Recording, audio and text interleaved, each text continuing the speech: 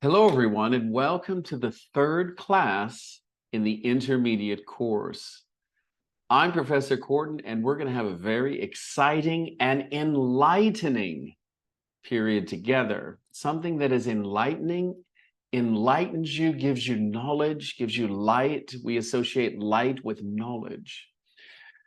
When you see the light, you become aware of something, so you have more knowledge. So let's go ahead and get started. We're looking at the section 2A in the book, and it's very interesting, sometimes a very sensitive subject, money. So we have a lot to talk about here. So let's get started. Vocabulary, we're going to move down to the vocabulary bank, and I'm going to talk about a few things that the book doesn't talk about. So I'm going to highlight things that I think are very helpful that you need to know. All right, I've highlighted them in yellow, so you'll see them. And I've done that. I'm not going to read everything because you have all the listening files here to check your pronunciation. But I want to just draw your attention to a few things because a lot of students either don't know how to write these or don't know how to say them. So for example, when we talk about dollars here, a lot of people will put the dollar sign on the wrong side, on the back, because in your tradition, in your language, you put the monetary, we call it monetary sign, behind it. So this is a monetary sign behind it. So the dollar sign goes, so in English, they all go before, not after. So I'm going to put this to the side and we'll start to learn here. So let's practice the pronunciation. 2,000 pounds. That's pound. Now, what's interesting is once you get to 20 or below, they have a different word that they use in English. They can say pounds, but if you're in London on the streets, they'll say quid. It's the same thing. It means pounds, but for smaller amounts, they use quid. Mom, do you have 20 quid on you? Or can I have a couple of quid? Quid means pounds. Now, also, I want you to look at the word mum, because mum is British. In America, we never use this. We say mom. So the American is mom.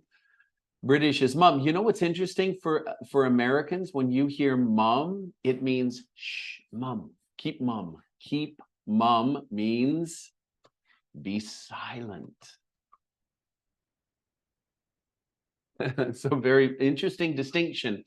And let me tell you the difference, because when I moved from the US to England, I remember someone mentioned the word mum, and it's very funny and weird for Americans to hear mum. It's just really strange. I can't explain the feeling, but I was uncomfortable. Maybe I'm exaggerating, but it was such a strange thing. I could never call my mom mum, but now it's sort of familiar to me. Quite expensive is another British expression. Expensive isn't, but quite is used quite a lot in England and not as much in America. So quite is one that you want to be aware of. It's more British. Quite expensive. What the Americans would say is very expensive. The British would also say it's rather expensive. In America, they would say it's somewhat expensive. So rather and quite are British. Rather especially, the British use rather a lot. All right, if we move down at the very bottom, I hope you can see that, it says a month. So they pay me £1,000 a month. Now you can say a month, you can also say per month, because this is an adjective type. We call this an adverbial preposition. Preposition, per month. You can also say, you can use the adverb monthly. They pay me monthly £1,000. So you have three ways: a month, per month, or monthly. All right. I'm going to erase these and we're going to move down the list. Here, I want to draw your attention to pay cash, but by credit card. We don't normally say by cash. This is a common mistake. I'm not going to pay by cash. No, you pay cash or you pay in cash, but you pay by credit card. An important distinction. I mean, people will understand you, but it's not standard English to say by cash. Now, this is one that does trip us up a lot. Now, I've used perhaps a new word, trip us up a lot. This means confuses us. So, what trips us up? Lend and borrow. So let's just practice lending. Again, we're going to have to, some of us are making this mistake. Others of us know it quite well. You lend someone money. You give it to them and they have to give it back later. Lend someone money. You borrow money from someone. I borrowed $20 from Bill. I lent Bill or Mary $20. Does that make sense? I hope so, because these are very confusing. All right, let's move on. This is all homework and it's all backed up with the listening, so I don't want to repeat the very sound instruction and direction you're going to get with the audio files, but I just want to highlight a few things. So the bill, if you get the bill please, it's the piece of paper that shows how much you owe, but you can also say check please, or can we have the check please? Can we get or have the check please? This is a question. Or we can say, or you can say more abstractly, we're ready to pay. We're ready to pay. We're ready to pay. This is a complete sentence, which requires a capital letter. We're ready to pay. Or we'd like to pay. Like to pay. No one really likes to pay, but they have to. All right. So that's another ways of saying the bill, please. Which of these do you use? Which of these didn't you know? We can talk about them during the live. All right, there's a lot dealing with money. We'll go over this during the live. I want to talk about the equivalence of these phrasal verbs. So I'll give you the answers here and you can practice them with the audio file. I took out.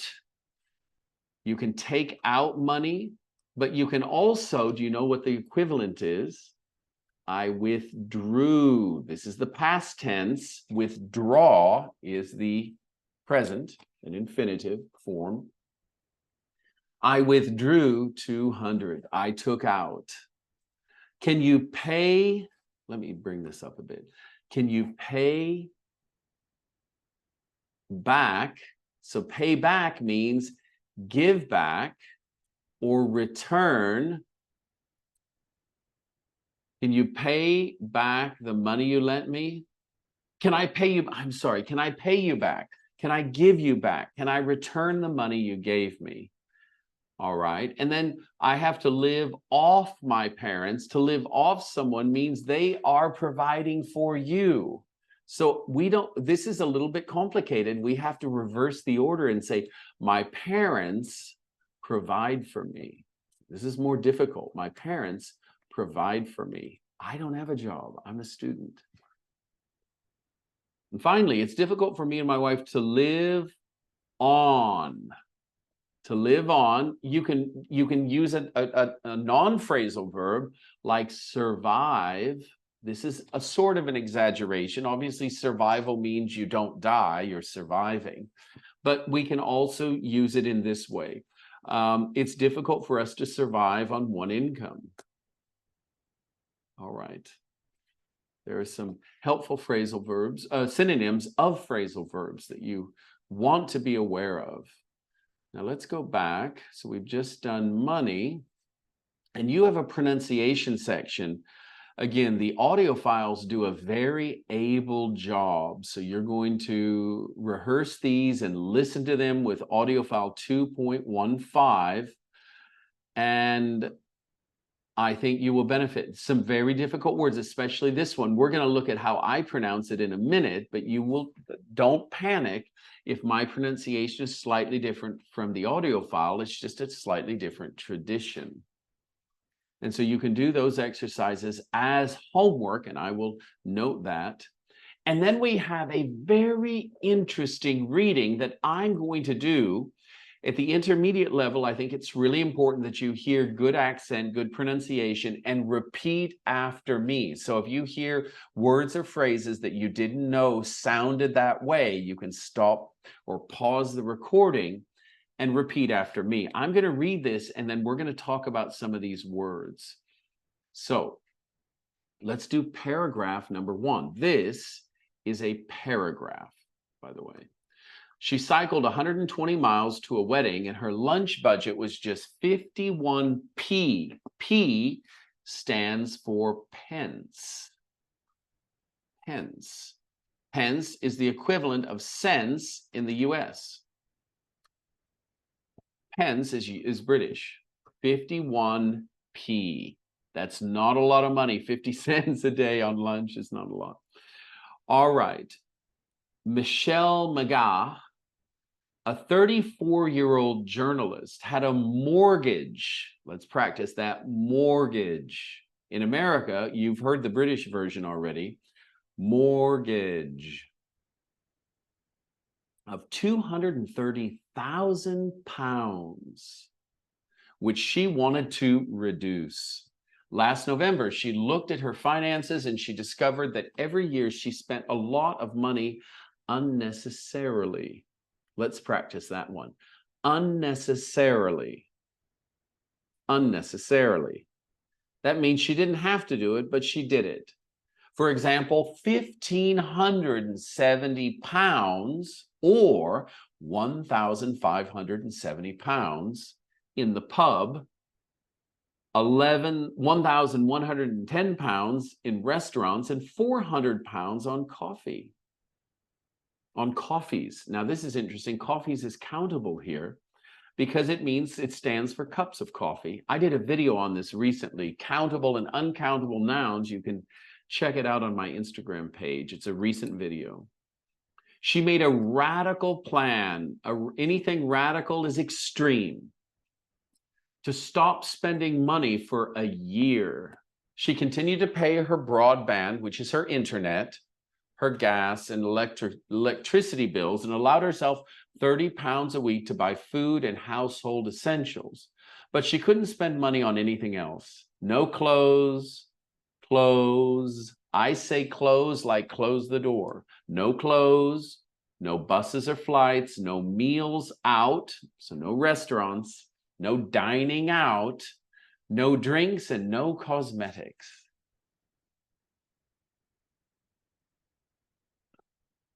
All right. Oh, I see what's happened here. We're going to just bring this down.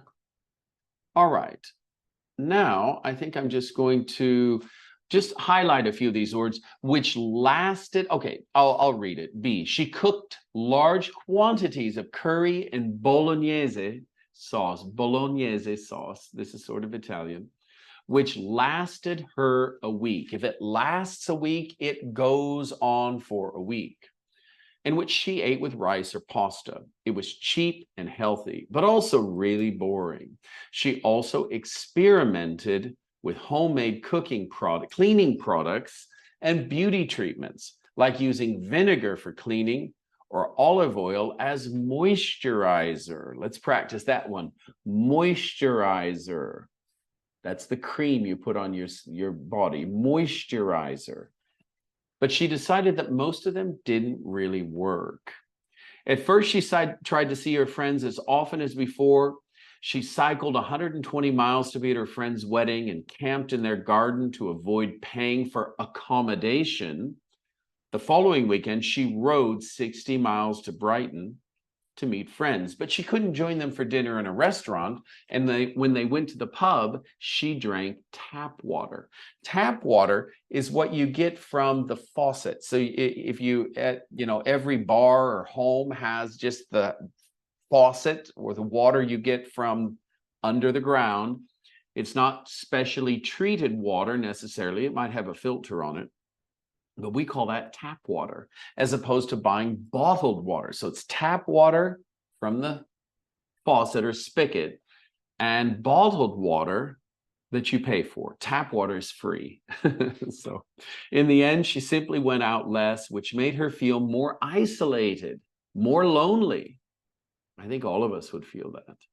Of course, she couldn't afford to go abroad. Going abroad means traveling outside your country. Have you been abroad this year? Have you traveled internationally? It's another way of saying it.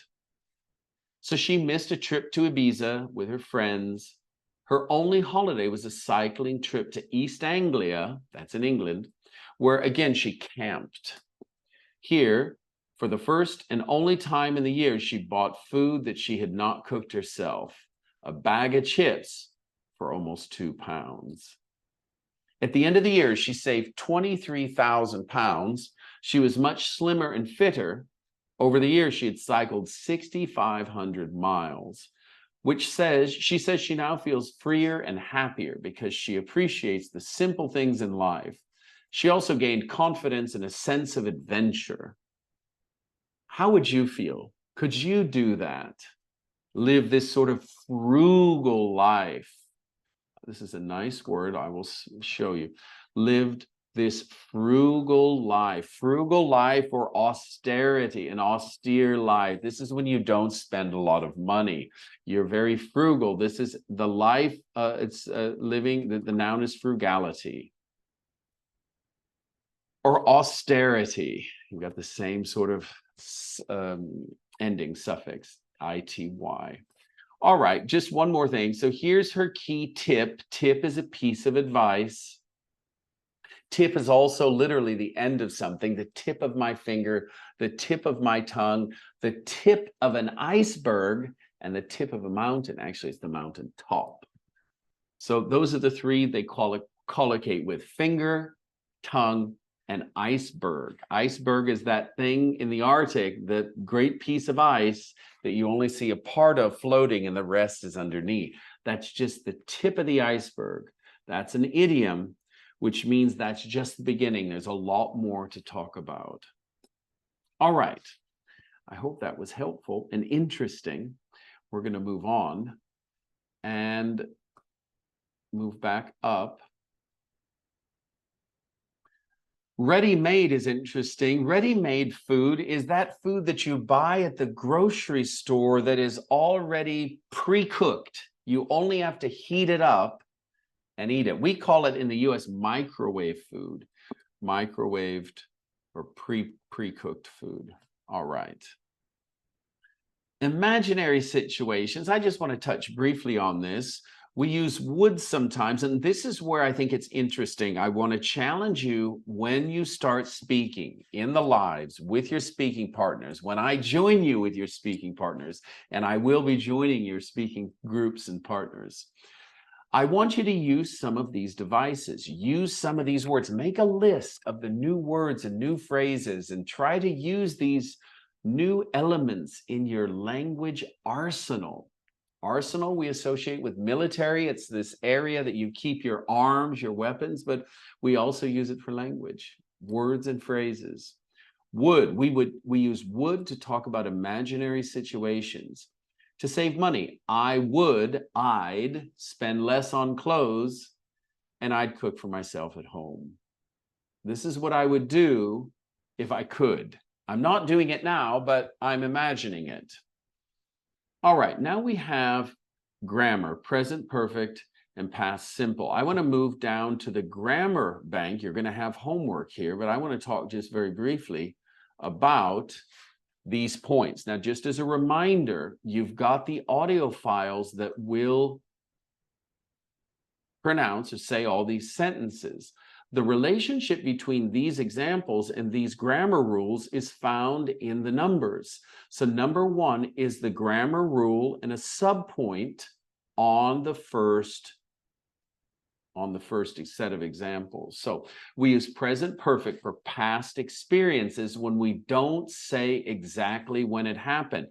I've inherited some money. We don't know when. We know it was sort of recently. We know it's recently. It wasn't 10 years ago. It was maybe a month ago, maybe a week ago, maybe, I don't know, a year, within the year. Probably within a year, you can use present perfect. I've inherited some money this year. We often use ever and never when we talk about past experiences.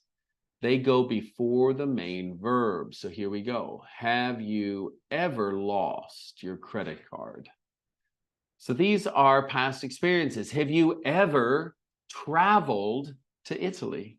Yeah, I've been there twice, let's say. I've been there a lot, actually, but all right, we use present perfect for recent past actions when we focus on the present result. So number 2, I've cut my finger. Obviously, this happened in the past, but I'm still dealing with it. It's bleeding. I've cut my finger. We can use present perfect when the result is apparent in the present. And this subpoint, in this context, we use just before the main verb. The train has just left. Has just left. I've just arrived. You call your friends, you don't see them. Hey, I've just arrived. Where are you in the restaurant?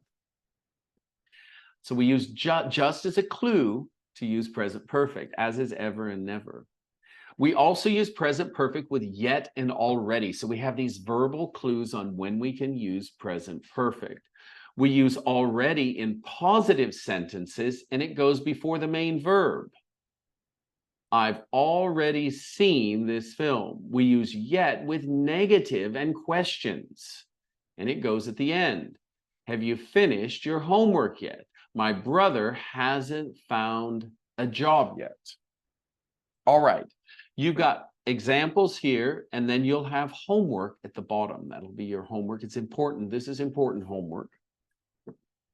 And finally, just a few differences. We're comparing now present perfect and past simple. I'm skipping past simple rule because I think it's pretty clear. It's something that took place in the past and it's over.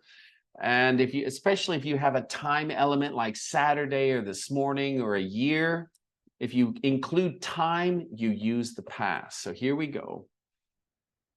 Here it is. When we don't specify a time, we can use present perfect. When we specify a time, this morning, I drank coffee. I have to use past simple because it's over. This morning is over. We're in the afternoon now.